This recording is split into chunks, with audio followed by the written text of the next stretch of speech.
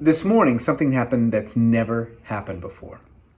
Elijah came into our bedroom and woke me up early this morning. Now, that's happened many times. But this time he came in with a specific request.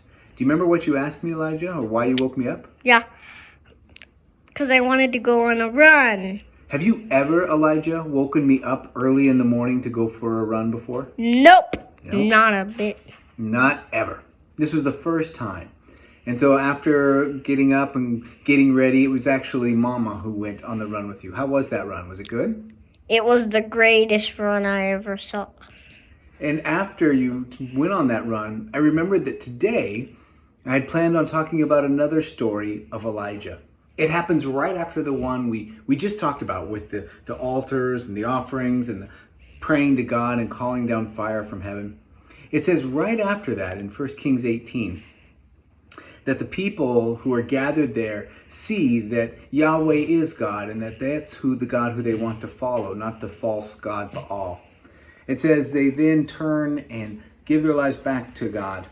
And after that, it says that this drought, which had been going on in the land of Israel for a number of years, finally comes to an end and rain begins to fall. And Elijah sends word to King Ahab, telling him the drought is over, God has sent his rain just as he promised he would. But then something interesting happens. Elijah tells Ahab to go back to his home in a city called Jezreel and to hurry because he doesn't want the chariot wheels of Ahab's chariot to get caught in the mud. And it says that Elijah then kind of gets excited. It says the Spirit of the Lord is upon him. It says he tucks in his robe and he takes off running. And the Bible says he runs so fast that he outruns King Ahab's chariot. Now, some people say that this story is about how the power of God is greater than the power of man.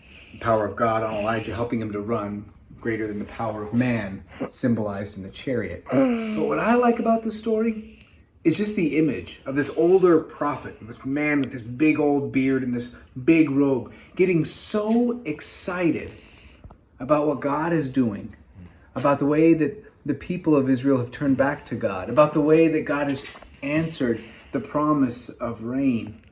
He's so excited, he just can't help but run. And I think that's a hope that I have for my Elijah, and that's a hope that I have for all of us.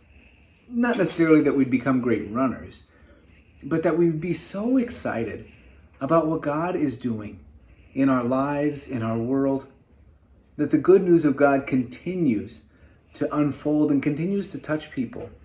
And that we're so excited about that, we can't help but have that joy expressed through our bodies, whether through dancing or through running or run through right singing. Now. What was that, Elijah? I want to run right now. He wants to run right now. He's so excited. May God's joy fill you. May it energize you. May it make you want to soar. Amen.